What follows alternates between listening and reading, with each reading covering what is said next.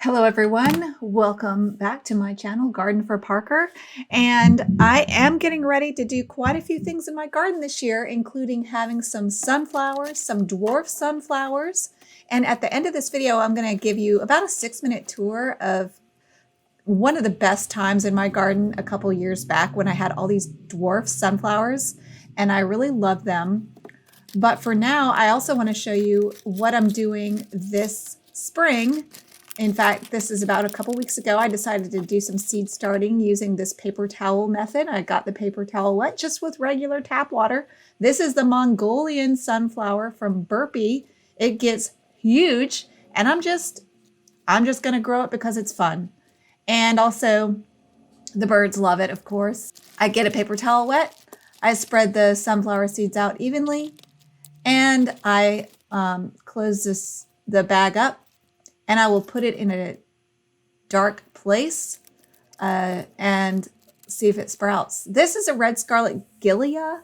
Hummingbirds love this. And I am determined to put even more hummingbird friendly plants in my yard this year. So gilia is one of them.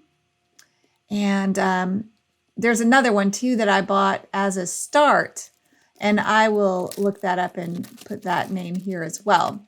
I'm also going to try some Elevate Orange Hybrid Marigolds by Burpee. These get bigger and more bold, almost like, I don't want to say dahlias, maybe like a large zinnia looking flower. Really pretty. And these are kind of being weird because I put them in paper towel like this and then they did sprout. They did not need warmth or sun to sprout. They just sprouted in a dark damp bag. And then I planted them, and so far the little green seedlings have not come up. As of this recording, all these other seeds have grown into seedlings. They're now in peat pots, which I might show you that footage too if enough of you ask, if anyone's interested. It's been so long since I posted on this channel. I don't know if anyone cares anymore, but we'll see. Anyway, here's Burpee Sunray Yellow Hybrid. This is considered a dwarf sunflower. This gets about 20 inches high. So that one gets 20 inches high. And then this Sunny Bunch from Burpee, another hybrid, gets 12 to 18 inches high. So it's shorter even. It's more like the Suntastics. And in a minute, you're going to see my Suntastic dwarf sunflowers that I love them. But I just wanted to try something new because I've already done the Suntastics before. So I'm trying these Sunny Bunch and these two dwarf sunflowers. And I just want to see what they look like. All right, so here's my garden from a couple years back with the dwarf sunflowers, and you're going to see a lot of other flowers that did really well in my garden this year. This is probably the best my garden's ever been, so I did want to share it with you. So here we go. Here's a little update on my cutting garden. The zinnias, meh, not so much. The dwarf Suntastic sunflowers, yes, more please. I think they're looking great and I'm really happy with them. And I actually have these Suntastic sunflowers are the star of the show, and they're only about 2 feet tall.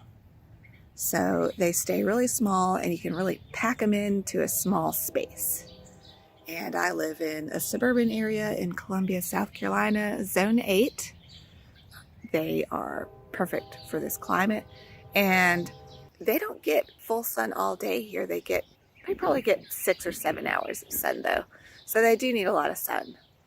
But they are very happy. My Swiss chard, I thought these were colder weather plants, but these have been doing fine, and it's been 100-degree day after 100-degree day. Now I've been having to water them a lot, and I think they look real pretty in the front of my garden. So this is my cutting garden. I'm going to continue to add to it this summer. And last summer I planted seeds for sunflowers up until I think it was September, and I still got sunflowers in October and November. So You can plant sunflower seeds late into the season if you have mild winters. This is my lettuce Sandy that went to seed. So I'm letting this one plant go to seed so that I can collect some seeds so I can plant some more lettuce Sandy next year. I think I'm definitely going to do that. It was a beautiful plant, tough, didn't bolt until it got really hot. And it'll look gorgeous in mass in this cutting garden area when the sunflowers are done. I'll just give you a little quick tour of the rest of what I'm growing. This is obedient plant. It's called obedient because you can move the flowers into whatever position you want. So, and I've had this, it spreads aggressively, so you can give it some room and it'll be happy. It'll start looking a little bit more ratty later in the season. So I usually get tired of it and I chop it down. And then these are my limelight hydrangeas behind there. They always look really bad by the end of the season. I've been thinking about moving them to a more shaded spot. They just hate the heat. They look so good in the first couple months of summer. So my bee balm, which I planted 2 years ago, is finally blooming. I planted it 2 years ago and it didn't bloom until this summer. But now it's gorgeous and it's a huge shrub. I thought it was just going to be a small little plant. Nope. It takes up a lot of room. If you do plant bee balm, be sure to give it a lot of room.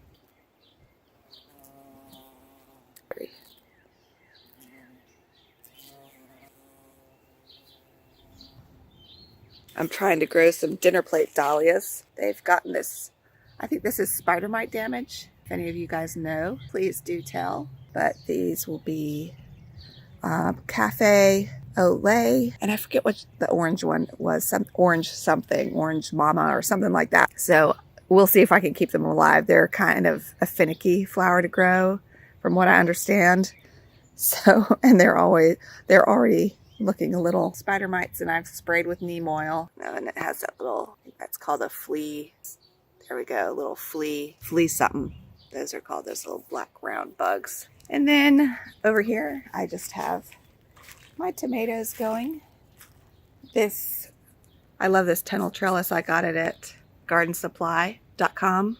It was $100, and this is 2 of them. And I've just always wanted a trellis to grow things over. So far, I have not been successful at finding something that will completely cover it, because I just think it would be so cool to have beautiful plants growing over it, creating shade, and you can go sit underneath and have a nice little area in your garden. So far, I have not achieved that. So I'm thinking maybe next summer I'll try long beans. What do you guys think of that? If you guys have any ideas, maybe some spinach, the Malabar spinach, maybe Malabar spinach. I tried Malabar spinach once, though I don't think it got enough sun. So there's my clematis. It's kind of meh, but it's only the first season for it. So I'm letting it mature and we'll give it a go. I did get my first tomato yesterday. That was exciting. The first tomato of the season. It came from my Early Girl plant. This is Celebrity right here. Early Girl. Chef's Choice. Now this is from the seeds of Chef's Choice from last year, so I don't know if it will come back true. I forget if it's a hybrid or not. Aren't these happy? I bet the hummingbirds love these. These are coming over from my neighbor's side, which I don't mind. They're so pretty. Look at my new trellis. Yay! Do you guys have any ideas what I should grow on my new trellis? It gets probably, I don't know, 5 hours of sun. I'm excited about that. I need to go get dirt for it. Got strawberries. These are, I think they're called Eversweet. They're supposed to produce fruit all summer long. So I'm holding out for that. Kale is still going strong. I learned from Callie Kim, you can just chop your kale down and just leave it where it is and it'll keep coming back. So I'm going to try that. And it's hot. And this kale is happy. I think it's dinosaur kale. Been doing well.